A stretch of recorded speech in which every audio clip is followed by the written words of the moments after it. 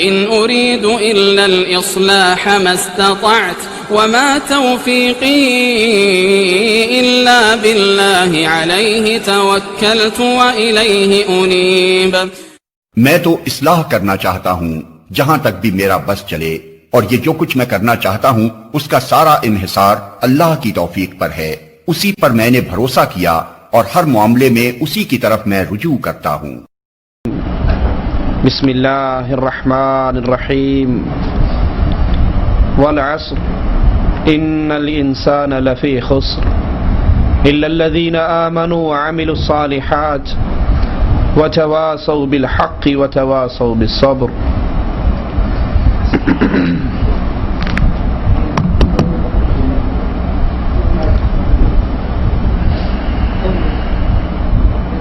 یہ زندگی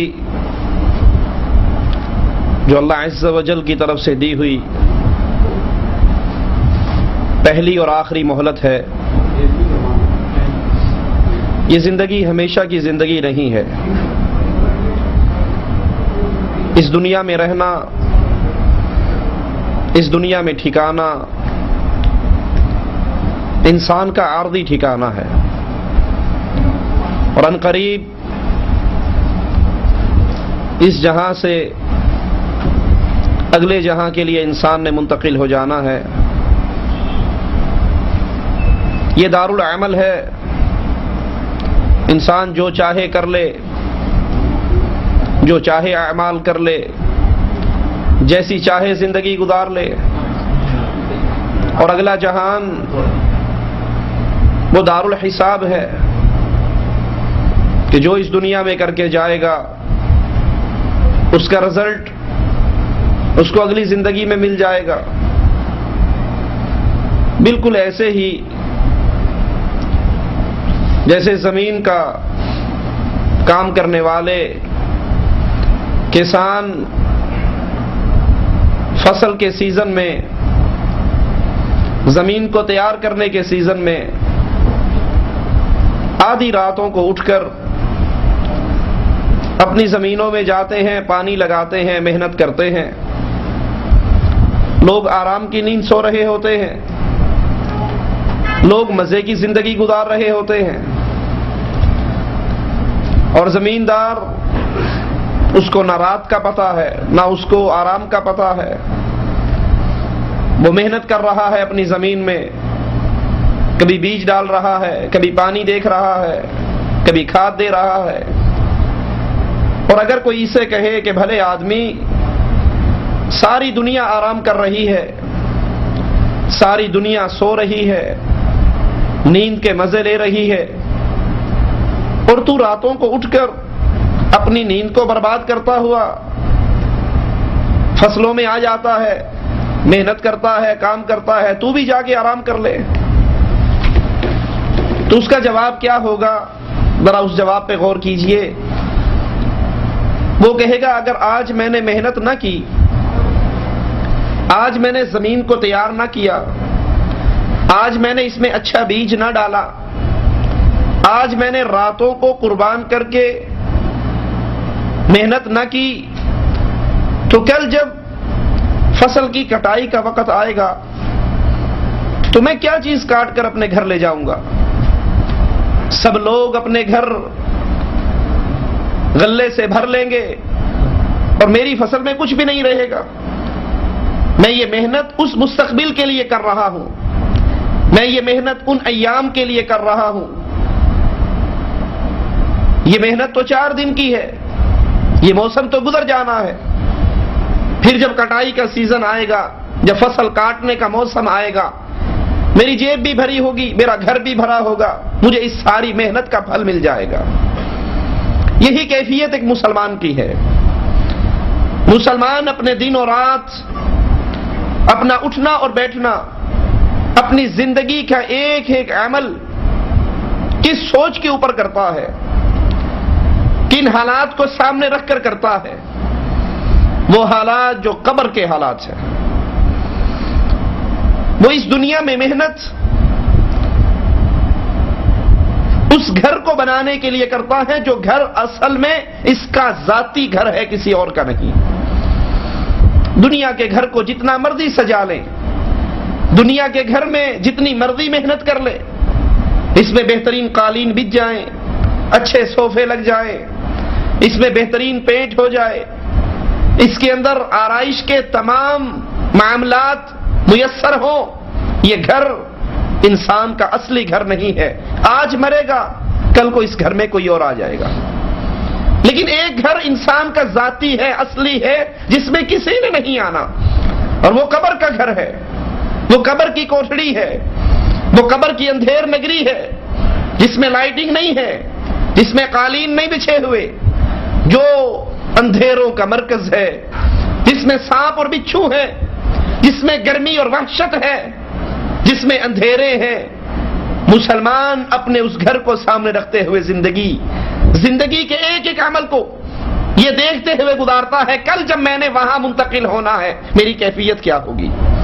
کیونکہ رسول اللہ صلی اللہ علیہ وسلم نے فرمایا، جب انسان کی لاش قبر کی طرف چلتی ہے، تین چیزیں اس کے ساتھ جاتی ہیں، مالہ و اہلہ و عملہ، اس کا مال، اس کا اہل و عیال اور اس کے اعمال، یرجع اثنان و یبقى واحد، دو چیزیں واپس آ جاتی ہیں، اس کا مال بھی واپس آ جاتا ہے، اس کا اہل و عیال بھی واپس آ جاتا ہے۔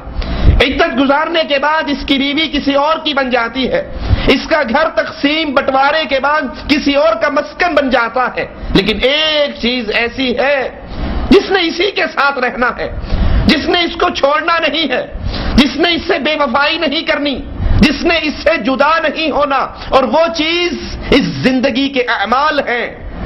مسلمان اسی چیز کو سامنے رکھ کر اپنی زندگی کے ایام کو گزارتا ہے، اور وہ خوش نصیب ہے جو آخرت کی گھڑیوں کو دیکھ کر زندگی کے گھڑیوں کو ترتیب دے لے۔ بد نصیب ہے وہ جو اپنی زندگی کو جانور کی طرح گزارے، جس کو یہ یقین نہ ہو، جس کو یہ علم نہ ہو، جس کو یہ بات پتہ نہ ہو کہ ایک گھڑی وہ آنے والی ہے، ایک دن وہ آنے والا ہے جس دن سورج انسان سے 1 میل کے فاصلے پر ہوگا، جس دن انسان اپنے پسینے میں غرق ہوگا، کسی کا پسینہ اس کے ٹخنوں تک، کسی کا پسینہ اس کے گھٹنوں تک، کسی کا پسینہ اس کی ناف تک، کسی کا پسینہ اس کے سینے تک، اور کچھ بدنصیب ایسے ہوں گے جو اپنے پسینے میں غرق ہوں گے۔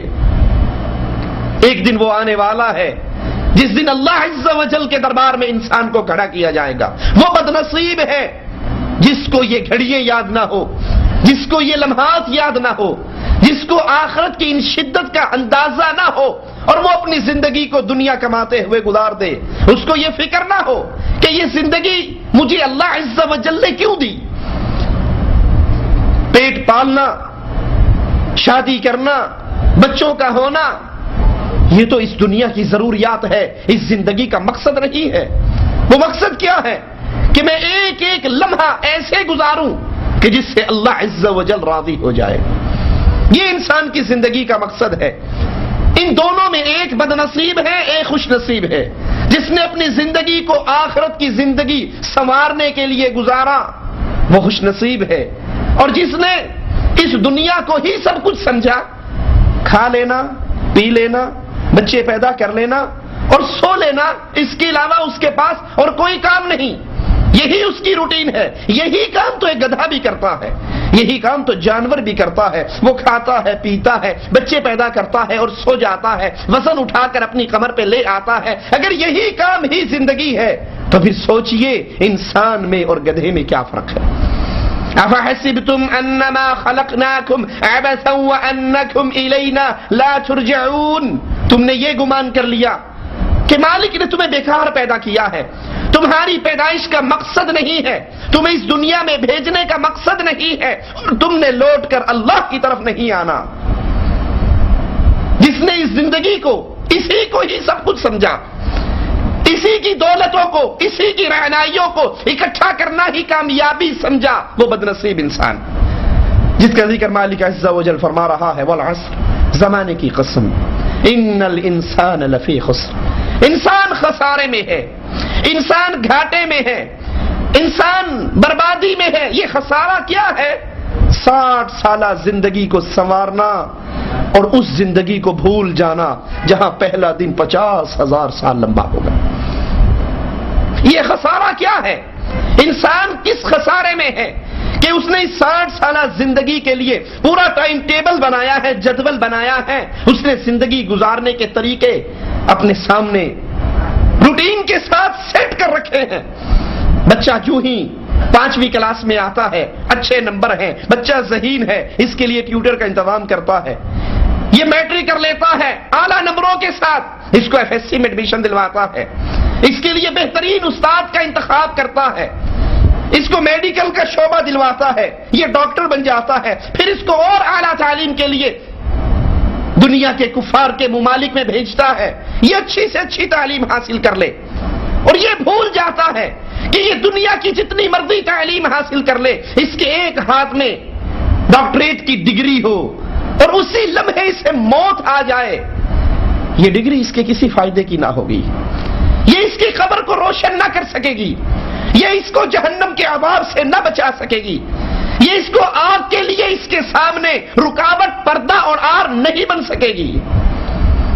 وہ دنیا کے لیے پوری پلاننگ تیار کرتا ہے، 5 سال میں نے اپنے وطن سے وطن دیار غیر میں گزارنے ہیں، کیوں؟ مقصد کیا ہے؟ میں اتنے سالوں میں اتنے پیسے اکٹھے کر کے میں نے اپنے ملک میں گھر بنانا ہے، میں نے شادی کرنی ہے، میں نے یہ کام کرنے ہیں، میں نے یہ کام کرنے ہیں، دنیا کے لیے پورا ایک اس کے پاس پروگرام ہے، لیکن ایک ایسی زندگی جہاں پر جہنمی کو جہنم میں ڈال کر، جنتی کو جنت میں بھیج کر، موت کو موت آنے کے بعد اعلان ہوگا، لوگوں موت کو موت آ گئی، اے جنتیو خالدین فیہا ابدا، تم ہمیشہ کی جنت میں، اے جہنمیو تم ہمیشہ کی جہنم میں، نہ تمہیں اس جہنم سے چھٹکارا ہے، نہ تمہیں کوئی نکال سکتا ہے، نہ تمہاری کوئی مدد کر سکتا ہے۔ انسان خسارے میں ہے اگر وہ اس 60 سالہ زندگی، 70 اور 80 سالہ زندگی کو دنیا کے لیے ہی صرف کر دے، مقصد حیات کو بھول جائے، وہ خسارے کے اندر ہے،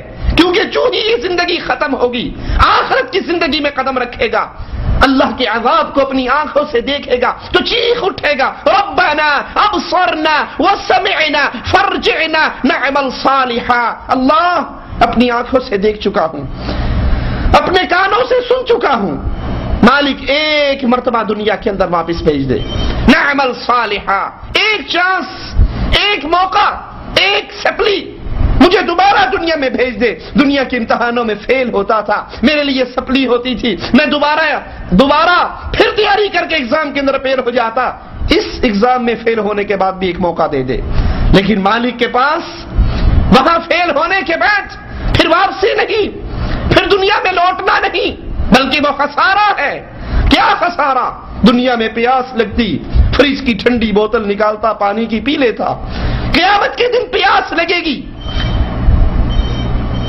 کڑوا ترین تھور کا درخت کھانے والے کو پیاس لگے گی، اس کو مائے حمیم پلایا جائے گا، جہنم کے چشموں کے کھولتے ہوئے اس پانی کو پلایا جائے گا جو چہرے کے قریب آئے گا، چہرے کی چمڑی پگھل کے اس کے اندر گر جائے گی، فرشتے پلائیں گے، اس کے پیٹ کی انتڑیوں کو کاٹ کے باہر نکال دے گا۔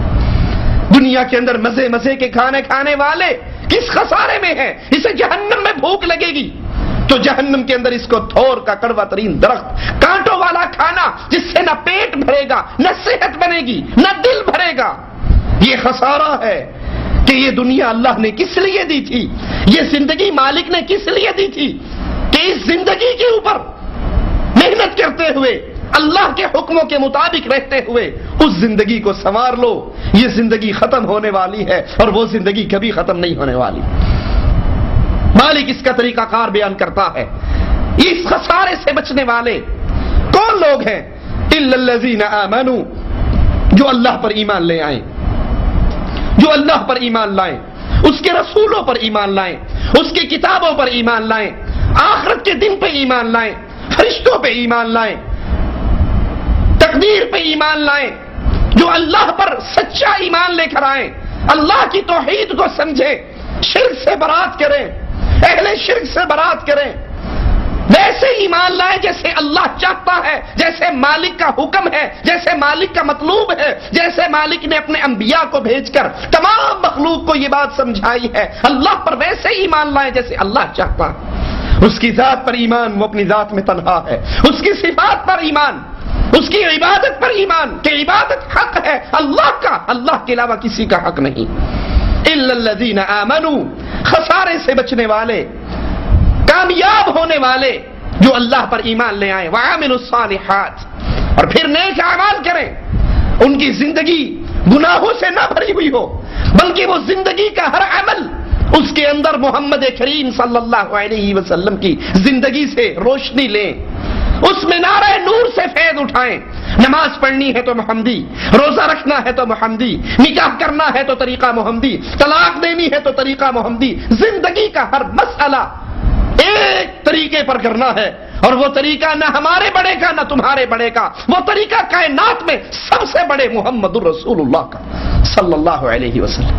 الا الذین آمنوا وعملوا الصالحات، ایمان لے کر آئے، اللہ کی توحید کو سمجھے، پھر عمل صالح کریں.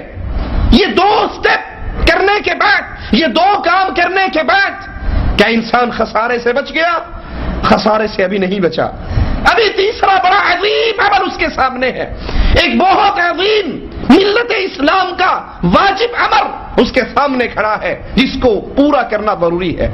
وَتَوَاصَوْا بِالْحَقِّ، اللہ نے یہ دین جو تمہیں دیا ہے، اللہ نے یہ عقیدہ جو تمہیں سمجھایا ہے، اللہ نے یہ بات، اپنی عبادت کا طرز و طریقہ، اپنے نبی کی محبت، نبی کا عمل تمہارے سامنے کھول کر واضح ہو کر سامنے آ گیا، سمجھ گئے، ایمان لے آئے، عمل شروع کر دیا. اب تیسرا سٹیپ ہے خسارے سے بچنے کے لیے کہ اس عقیدے کی، اس توحید کی، اس اطاعت رسول کے جذبے کی دعوت کو عام کرو. اس میں تکلیفیں آئیں، اس میں پریشانیاں آئیں، کیسے عام کرو؟ رسول اللہ صلی اللہ علیہ وسلم پہاڑی پہ چڑھتے ہیں، مکہ کے لوگوں کو، قریشیوں کو بلاتے ہیں، اکٹھا کرتے ہیں، اپنی زندگی کو ان کے سامنے بطور نمونہ پیش کرتے ہیں اور سوال کرتے ہیں. میں نے 40 سال اپنی زندگی کی بہاریں تمہارے اندر گزاری، هل وجدتمونی صادقا او کاذبا، مجھے سچا پایا ہے یہ جھوٹا؟ کبھی میری زبان سے جھوٹ سنا، میں نے مذاق میں جھوٹ بولا ہو؟ کفار مکہ جواب میں کہتے ہیں ما جربنا علیک الکذب، ہم نے کبھی آپ کی زبان سے جھوٹ نہیں سنا، کبھی ایسا زندگی 40 سالہ زندگی میں ہمیں تجربہ نہیں ہے آپ نے کوئی بات کہی اور وہ جھوٹی ہو. کہا اے لوگوں، اے مکے کے باسیوں، اگر میں کہوں اس پہاڑ کے پیچھے ایک لشکر تمہارے مقابلے کے لیے کھڑا ہے تو کیا ایمان لے آؤ گے؟ میری بات کو مان لو گے؟ کفار مکہ کہتے ہیں ہاں اے محمد صلی اللہ علیہ وسلم، زندگی میں کبھی تو نے جھوٹ نہیں بولا، تو صادق ہے، تو امین ہے، تیری بات کو کیسے نہ مانیں گے، ہم فوراً ایمان لے آئیں گے. آپ نے کہا جب مانتے ہو میں کبھی جھوٹ نہیں بولتا تو آج ایک سچی دعوت تمہارے سامنے رکھ رہا ہوں. قولوا لا الہ الا اللہ تفلحون تملک العرب والعجم، لا الہ الا اللہ کا اقرار کرو کہ اللہ عز و جل کے علاوہ عبادت کے قابل کوئی بھی نہیں ہے، کوئی الہ نہیں، کوئی معبود برحق نہیں، ایک اللہ کے علاوہ. فلاح پا جاؤ گے، دنیا میں بھی فلاح ملے گی، آخرت میں بھی کامران ہو جاؤ گے. تملک العرب والعجم، عرب و عجم کے مالک تم بن جاؤ گے. ابو لہب یہ سن کے تڑپ اٹھا، کہنے لگا ہے محمد صلی اللہ علیہ وسلم تیرے ہاتھ ٹوٹ جائیں، نعوذ باللہ ثم نعوذ باللہ، کہ اس لیے تو نے ہمیں یہاں اکٹھا کیا؟ اللہ کے رسول صلی اللہ علیہ وسلم جو صادق اور امین کے لقب سے مکہ والوں میں پہچانے جاتے تھے، ان پر مصیبتوں کے پہاڑ ٹوٹے. ابو لہب کی بیوی رسی لے کے جنگل میں نکلتی، کانٹے اکٹھے کر کے جھاڑیے لے کر آتی اور رسول اللہ صلی اللہ علیہ وسلم کے دروازے پہ ڈال دیتی کہ یہ باہر نکلے گا اپنے دین کی دعوت دینے کے لیے. جب باہر نکلے گا تو یہ کانٹے، یہ پتھر، یہ جھاڑیے اس کے راہ کی رکاوٹ بن جائے گی. اللہ کے رسول صلی اللہ علیہ وسلم اپنی قوم کو لا الہ الا اللہ کی دعوت دینے کے لیے نکلتے، قوم پیچھے نوجوانوں کو لگا دیتی اور کہتی یہ جادوگر ہے، یہ ساحر ہے، یہ مجنون ہے، یہ پاگل ہے، اس میں جنات کا سایہ ہے. اس کی بات کوئی نہ سنے. چچا بھی دشمن، قوم بھی دشمن، قبیلہ بھی دشمن، برادری بھی دشمن. اللہ کے نبی علیہ الصلوۃ والسلام کو شیب ابی طالب میں بند کر دیا جاتا ہے، آپ کا بائیکاٹ کیا جاتا ہے، کھانے کے لیے چیزیں ختم ہو جاتی ہیں. مسلمان پتے ابال کر کھانے پر، پتے چبانے پر مجبور ہو جاتے ہیں. لیکن یہ تمام مصیبتیں اللہ کے نبی کے راستے میں دعوت کا کام میں رکاوٹ نہیں بنی. آپ یہ ساری مصیبتیں برداشت کر لیتے ہیں اور لا الہ الا اللہ کی دعوت سے ہاتھ نہیں کھینچتے. اللہ کے لیے اس ایک سوال پہ غور کیجئے. اللہ کے نبی کو ہدایت مل گئی, نبوت مل گئی, جنت میں جانے کا راستہ مل گیا. اگر وہ صرف اپنی جان پر ان مصیبتوں کو نہ آنے کے لیے کسی کو دعوت نہ دیتے, اس روشنی کو جو اللہ نے آپ کو دی تھی آگے نہ پہنچاتے, دنیا کے اندر اللہ کا دین کیسے پھیلتا؟ کیسے لوگ بتوں کے سامنے سجدہ ریز ہونے والے اپنی پیشانی کو اللہ کے سامنے جھکاتے؟ اور یہ بھی یاد رکھیے, اللہ کے نبی سے پیارا جسم کسی کا نہیں, اللہ کے نبی کی عزت سے زیادہ عزت والا کوئی نہیں, اللہ کے نبی کے خون سے زیادہ محترم خون کوئی نہیں. آپ کا جسم بھی پیارا, آپ کا پسینہ بھی پیارا, خوشبو والا پسینہ. آپ کے ماتھے پر پسینہ آتا, صحابہ اس کو محفوظ کر لیتے اور کہتے جو خوشبو محمد کے پسینے کے اندر ہے صلی اللہ علیہ وسلم, وہ دنیا کی کسی خوشبو میں ہمیں وہ مزہ نہیں ہے. اتنی عظیم ہستی, اتنی مبارک ہستی کہ آپ باہر نکلتے, تپتی ہوئی دوپہر ہوتی, اللہ کی طرف سے ایک بادل کا ٹکڑا آپ کے سر پر سایہ فگن ہو جاتا. عظمتوں کی کوئی ایک بات ہے, لیکن اتنے عظیم رسول صلی اللہ علیہ وسلم, ایک کافر آپ کے گلے میں کپڑا ڈال کے اتنے بل دیتا ہے کہ آپ کی آنکھیں ابل پڑتی ہیں. ابو بکر صدیق رضی اللہ عنہ وارضاہ دوڑتے ہوئے آتے ہیں اور کہتے ہیں کیا اس شخص کو اس لیے قتل کر رہے ہو کہ یہ آواز لگاتا ہے ربی اللہ, میرا رب اللہ ہے, یہ اس کا جرم ہے. کفار ابو بکر کو, اللہ کے نبی کو چھوڑ کے ابو بکر صدیق پہ ٹوٹ پڑتے ہیں, آپ کو مار مار کے زخمی کر دیتے ہیں, آپ بے ہوش ہو کے گر جاتے ہیں. آپ کے چہرے, اتنا آپ کا چہرہ سوج جاتا ہے کہ آنکھ اور کان کا, آنکھ اور ناک کا پتہ ہی نہیں لگتا. چہرہ سوجا ہوا ہے, گٹھڑی بنا کے قبیلے والے اٹھا کر اپنے گھر لے جاتے ہیں. ہوش آتی ہے, ماں کچھ پلانے کے لیے دودھ لے کر آتی ہے, جواب میں کہتے ہیں اللہ کی قسم جب تک میں اپنے محمد کی زیارت نہیں کر لیتا میں کوئی چیز نہیں کھاؤں گا اور پیوں گا. قوم کہتی ہے اتنی مارے کھانے کے باوجود ابھی بھی یہ اپنے اس نبی کا نام لیتا ہے. قوم بھی چھوڑ کر ناراض ہو کر چلی جاتی ہے. اللہ کے رسول صلی اللہ علیہ وسلم اہل مکہ سے مایوس ہو کر اہل طائف کی طرف جاتے ہیں, طائف کے سرداروں سے ملاقات کرتے ہیں اور ان کے سامنے کہتے ہیں میں تمہیں ایک دعوت دینے لگا ہوں, اگر اس کو مان لو دنیا اور آخرت سنور جائے گی, اور اگر نہ مانو تو پھر ایک درخواست اور کروں گا کہ میری دعوت کو خفیہ رکھنا, چھپا کے رکھنا, میرے راز کو فاش نہ کرنا. یہ رسول صلی اللہ علیہ وسلم کائنات کی عظیم ترین ذات, عظیم ترین ہستی. تصور کیجئے اللہ کے لیے مکے کے سنگلاخ پہاڑوں سے گزرتے ہوئے اللہ کے نبی طائف کی وادی میں کیسے پہنچے ہوں گے. آج مکے سے طائف جانے کے لیے گاڑیوں کے سفر پہ کتنی مشکل اور کتنا وقت لگتا ہے, اور وہ رسول علیہ الصلوۃ والسلام کس کیفیت میں, گرمی کی کس شدت اور حدت میں لا الہ الا اللہ کا پیغام پہنچانے کے لیے طائف پہنچتے ہیں. اہل طائف کے سرداروں کو اللہ کے نبی اپنی دعوت پیش کرتے ہیں, وہ بجائے کہ اس کو مانتے ٹھکرایا اور اپنے بدماشوں کو نبی کے پیچھے لگا دیا. وہ پتھر مار رہے ہیں, اللہ کے نبی صلی اللہ علیہ وسلم پر پتھروں کی بارش ہو رہی ہے, نبی کا جسم مبارک لہو لہان ہے, سر مبارک سے خون نکل رہا ہے, جوتیوں میں آ کے جم جاتا ہے, اللہ کے نبی زمین پہ گر جاتے ہیں. اللہ کے لیے سوچئے, نبی سے پیارا جسم کسی اور کا ہے, نبی کو اس لا الہ الا اللہ کی دعوت کے لیے پتھر پڑے. کبھی مجھے اور آپ کو بھی کسی نے کوئی تکلیف دی؟ اللہ کے دین کی دعوت کے لیے کبھی ہمیں بھی مصیبتوں کے ایسے پہاڑ دیکھنے کو ملے جیسے رسول اللہ صلی اللہ علیہ وسلم کو درپیش ہوئے؟ آپ آسمان کی طرف منہ کرتے ہیں, جبرائیل آواز لگاتے ہیں یا رسول اللہ صلی اللہ علیہ وسلم, آپ کی قوم نے آپ پر بڑا ظلم کیا ہے, یہ پہاڑوں کا فرشتہ وہ بھی آپ کو سلام کرتا ہے اور اجازت مانگتا ہے، اے اللہ کے نبی اجازت دیجئے، جس قوم کو آپ جہنم سے بچانے کے لیے، آخرت سے بچانے کے لیے، خسارے سے بچانے کے لیے نکلے تھے، جن کے سامنے کامیابی کا پروگرام پیش کیا تھا، انہوں نے آپ کے ساتھ یہ سلوک کیا، اب میں اجازت مانگتا ہوں ان پہاڑوں کو اٹھاؤں، اس قوم پہ ڈال کر پیس کے رکھ دوں۔ اللہ کے رسول علیہ الصلوۃ والسلام فرماتے ہیں نہیں، اللہ نے مجھے رحمت للعالمین بنا کر بھیجا ہے، مجھے امید ہے یہ نہ صحیح ان کی پشتوں سے نکلنے والی نسل ضرور لا الہ الا اللہ کا اقرار کرے گی۔ کتنی مصیبتیں اللہ کے رسول صلی اللہ علیہ وسلم کے سامنے آئی۔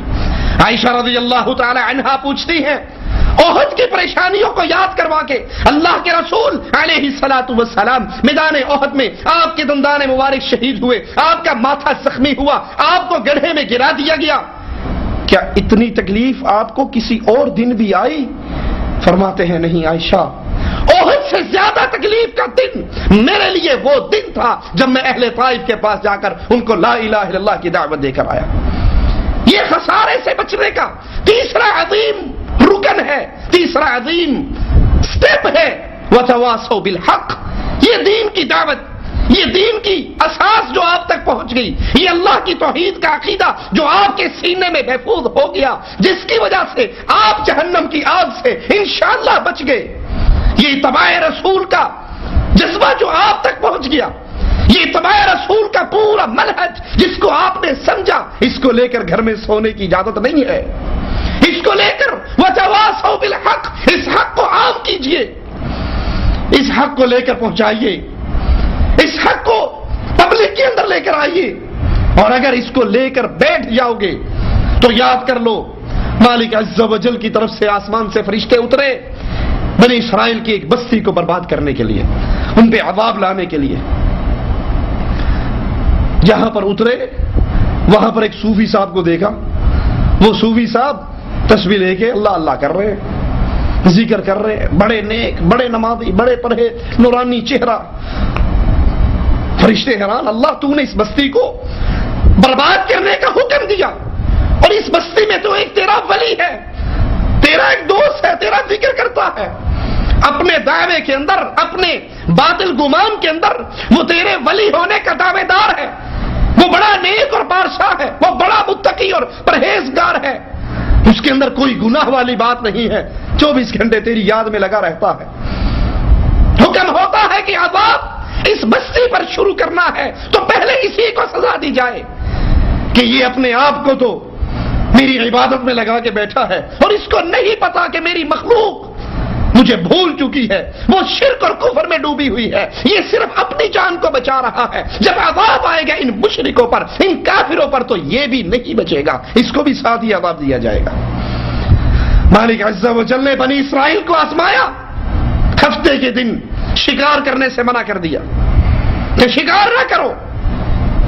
اب جب وہ ہفتے کو آئے پانی پر تو مچھلیاں پانی کی سطح پہ اچھل رہی ہیں، واپس لوٹ جائیں، اگلا پورا ہفتہ مچھلیاں پانی کی تہ میں باہر آتی نہیں ہیں۔ آزمائش اللہ کی طرف سے، کافی عرصے صبر کرتے رہے اور بالآخر صبر نہ ہوا تو انہوں نے ہیلا بنایا، دریا میں سے چھوٹے چھوٹے راستے بنا کر گڑھے کھود کر ہفتے کو آتے مچھلیوں کو ہیلے کے ساتھ اس میں بند کر دیتے، ان گڑھوں میں گرا دیتے اور پھر اتوار کو آ کے پکڑ لیتے اور یہ کہتے کہ ہم نے تو اللہ کے حکم کی مخالفت نہیں کی، اللہ نے ہمیں ہفتے والے دن مچھلی پکڑنے سے منع کیا، ہم نے نہیں پکڑی، یہ بھی پانی ہے، یہ بھی پانی ہے، وہ یہاں تیر رہی ہے، یہاں تیر رہی ہے، پانی میں ہی ہے نا، ہم نے تو نہیں پکڑی تو اتوار کو ہے۔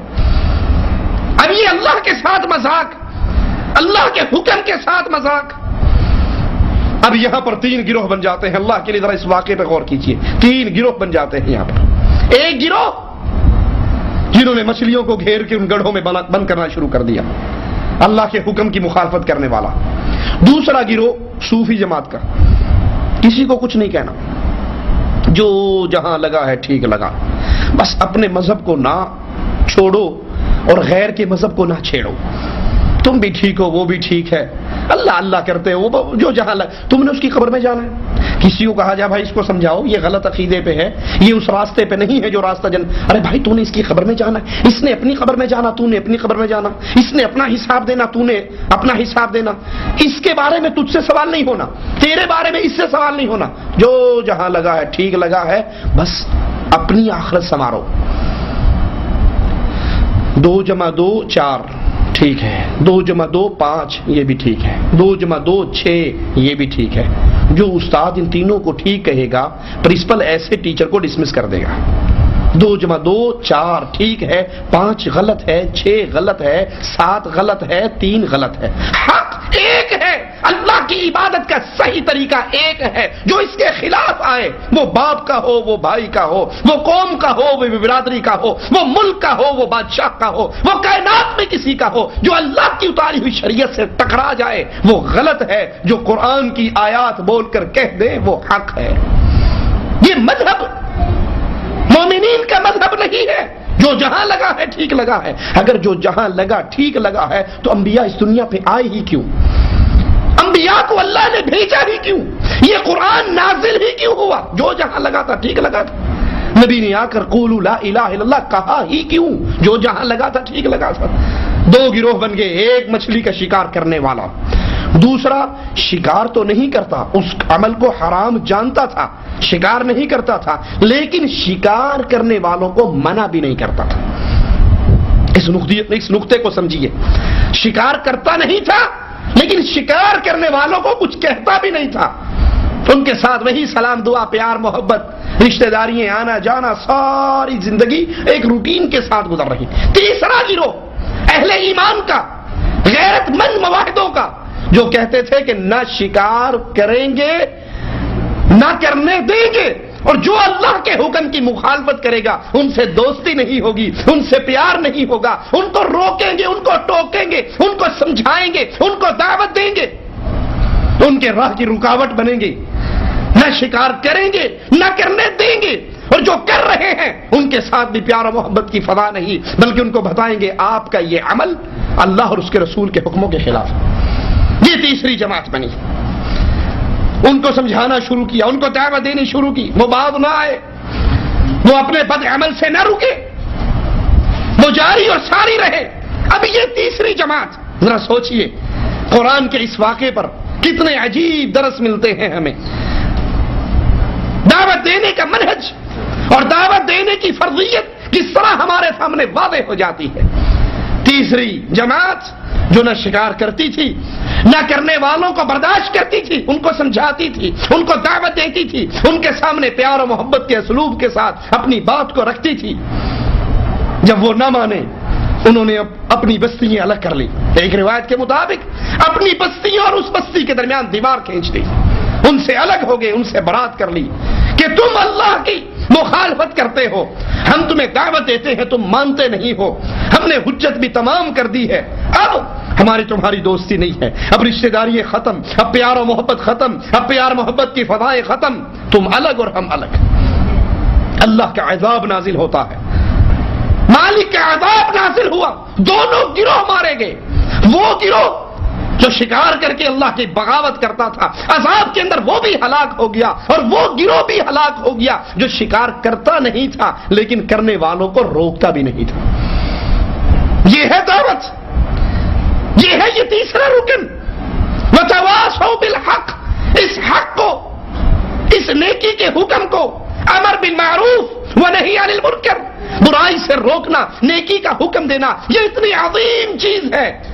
جنہوں نے اس کو نہیں ادا کیا جب عذاب آیا وہ بھی ہلاک ہو گئے اور یہ بھی ہلاک ہو گئے. اسی لیے رسول اللہ صلی اللہ علیہ وسلم نے فرمایا تم نیکی کا حکم دیا کرو, تم برائی سے روکا کرو, برائی سے روکا کرو, نیکی کا حکم دیا کرو, یہ کام ضرور کرو, اور اگر تم یہ کام نہیں کرو گے, سننا اللہ کے نبی کے فرمان کو. آج اللہ کے نبی صلی اللہ علیہ وسلم کی یہ حدیث ہمارے اوپر کس طرح فٹ آ چکی ہے. اگر تم نیکی کا حکم نہیں دو گے اور برائی سے نہیں روکو گے, پھر تم اللہ سے دعائیں مانگو گے, اللہ کا عذاب تم پہ نازل ہوگا, وہ تمہاری کوئی دعا قبول نہیں کرے گا. آج یہ کیفیت ہے یا نہیں؟ کتنی دعائیں مانگنے والے مانگتے ہیں مسلمانوں کی بھلائی کے لیے، حج میں دعائیں، رمضان میں دعائیں، قنوت نازلہ میں دعائیں، لمحہ بر لمحہ دعائیں۔ رائمنڈ والے تو حضرات آخری دن 5-5 گھنٹے دعائیں میں گزر جاتے ہیں، کوئی فائدہ ہوتا ہے؟ مسلمان اسی طرح ذلت کے راستے میں، جتنی دعائیں زیادہ ہو رہی ہیں مسلمان اتنا پستی میں گر رہا۔ کیوں؟ یہ عظیم عمل مسلمانوں نے چھوڑ دیا، لا الہ الا اللہ کی دعوت دینا، نیکی کی دعوت دینا، برائی سے روکنا، یہ عظیم عمل اہل ایمان نے اس کو چھوڑ دیا۔ اہل ایمان راضی ہو گئے، جو جہاں لگائے ٹھیک لگائے، جو کر رہا ہے کرنے دو، کسی کو کچھ نہ کہو، کسی کو نہ چھیڑو۔ اور اللہ کے نبی فرما رہے ہیں یہ کام ضرور کرو، نیکی کا حکم ضرور دو، برائی سے ضرور روکو۔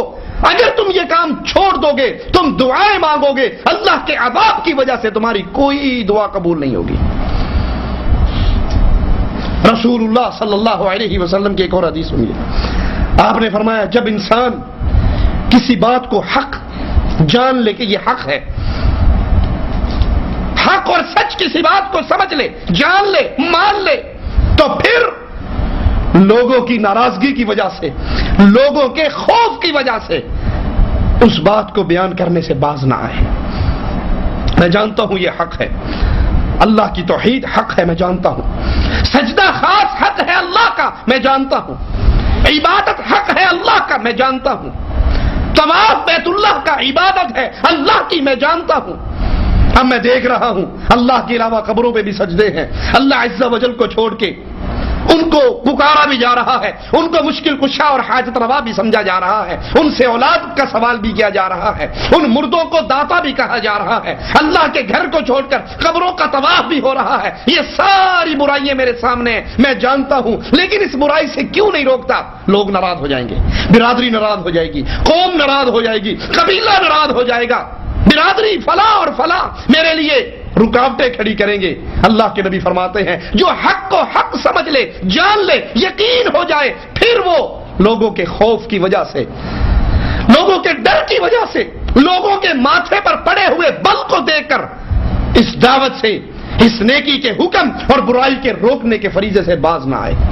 رسول اللہ صلی اللہ علیہ وسلم فرماتے ہیں نیکی کا حکم دو، برائی سے روکو، اس کی وجہ سے، یہ کام کرنے کی وجہ سے نہ تو موت نزدیک ہوتی ہے، نہ رزق میں کمی ہوتی ہے۔ اگر تم نیکی کی دعوت دو گے، توحید کی دعوت دو گے، اللہ کی عبادت کی دعوت دو گے، رسول اللہ کی اتباع کی دعوت دو گے، برے کاموں کو دیکھ کر اس پر روکو گے، لوگوں کو ٹوکو گے، اس کی وجہ سے تمہاری موت وقت سے پہلے نہیں آ سکتی۔ ہمارے ہاں دعوت کے کام کو، اللہ کی توحید کی دعوت خاص طور پہ کیوں ہاتھ کھینچ لیتے ہیں لوگ؟ فلاں مار دے گا، فلاں مار دے گا، فلاں یہ نقصان کر دے گا۔ رسول اللہ صلی اللہ علیہ وسلم فرما رہے ہیں، عقیدے کی بات ہے کہ اس دعوت کی بنیاد پر، اس نیکی کے حکم کی وجہ سے تمہاری موت قریب نہیں ہوگی، اس نے جس موقع پر آنا ہے اسی موقع پر آنا ہے، جیسے لکھی ہوئی ہے ویسے ہی آنی ہے۔ تمہارا رزق بند نہیں ہوگا، تمہارے رزق میں کمی نہیں ہوگی، وہ رزق لکھ دیا گیا، جتنا لکھا گیا اتنا ہی کھاؤ گے، اور جب تک آخری لقمہ تمہارے بطن میں نہیں جائے گا اس وقت تک تمہاری موت واقع نہیں ہوگی۔ اس کی مثال یوں سمجھ لیجئے، اگر میں نے اور آپ نے اس ایمان اور اسلام کو اپنا ذاتی سمجھا کہ یہ ہمارا دین ہے، مصیبت اسی نقطے پہ آتی ہے، اس دین کو ہم اپنا نہیں سمجھتے۔ کیوں؟ کیونکہ ہم مسلمان ہیں۔ کیوں مسلمان ہیں؟ ہمارا دادا مسلمان تھا، ہمارے ابا جان مسلمان تھے، ہم مسلمانوں کے گھر میں پیدا ہوئے، اس لیے یہ دین ہمارے لیے اتنی ویلیو نہیں رکھتا۔ بالکل ویسے ہی جیسے کسی بچے کو، امیر باپ کے بیٹے کو، باپ کے مرنے کے بعد وراثت مل جائے، باپ کے مرنے سے پہلے اس کے پاس کچھ تھا نہیں، باپ مرا تو اس کی ساری پراپرٹی اس کو مل گئی، اب اس کے دل میں اس مال کی کوئی قیمت نہیں ہوگی۔ کیوں؟ اس نے کمایا نہیں، اس نے محنت نہیں کی، یہ سورج کی گرمی میں اس کے پسینے اس مال کی کمائی کی وجہ سے نہیں نکلے، اب اس کو اللہ تللو میں اڑا دے گا، دوستوں کو کھلائے گا، یاروں کو کھلائے گا، ادھر ضائع کرے گا، ادھر ضائع کرے گا۔ کیوں؟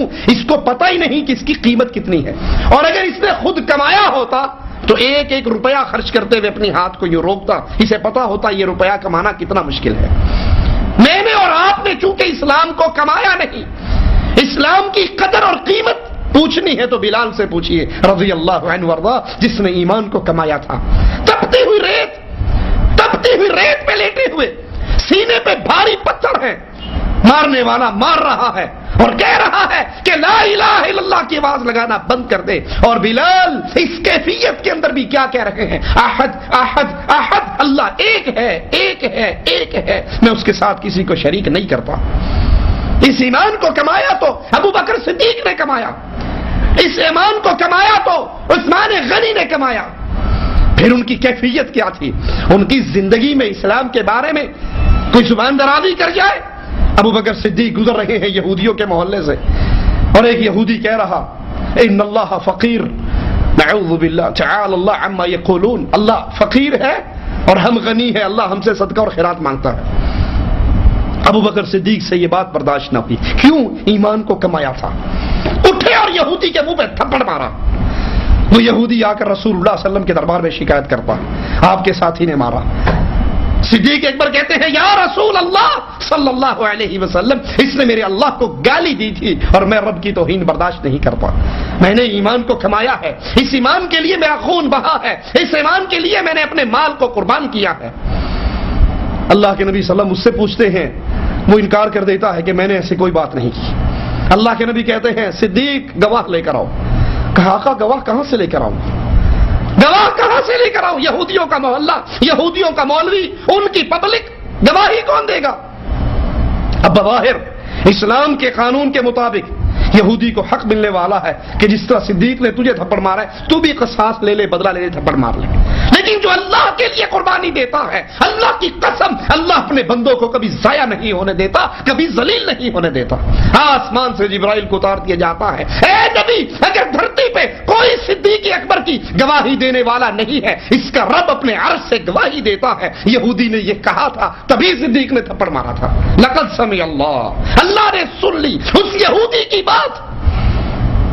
انہوں نے ایمان کو کمایا تھا، انہوں نے ایمان کو خریدا تھا، انہوں نے ایمان کے لیے قربانی دی تھی، اور جب ایمان کے لیے قربانی دی جاتی ہے تو پھر ایمان کی قیمت ہوتی ہے۔ اس کی مثال سے سمجھیے، آپ کا گھر، آپ نے یہاں 25 سال کمائے، 30 سال کمائے، پیسے اکٹھے کیے، واپس انڈیا پاکستان گئے، پلاٹ لیا، مکان بنایا۔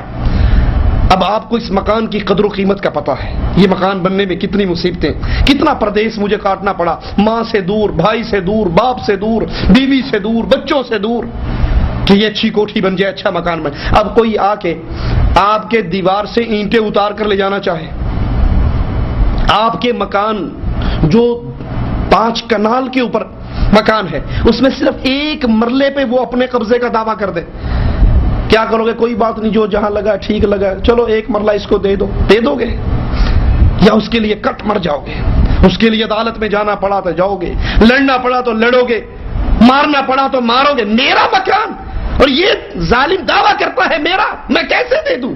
ارے یہ اسلام میرا ہے، اگر میں نے اس کو کمایا ہے۔ اس اسلام کی غیرت، اس اسلام کی قوت، اس اسلام کی محبت پوچھنی ہے تو صدیق اکبر سے پوچھئے جو اپنے بیٹے کو کہہ رہے ہیں، اگر عبد الرحمان تیری گردن میری تلوار کے نیچے 1 مرتبہ آ جاتی، رب محمد کی قسم بیٹا نہ سمجھتا، اسلام کا دشمن سمجھ کے کاٹ ڈالتا۔ جس طرح اس مکان کی محبت میرے دل میں ہے، اگر میں نے ایمان کو کمایا ہوتا تو اسلام کی محبت بھی میرے دل میں ہوتی۔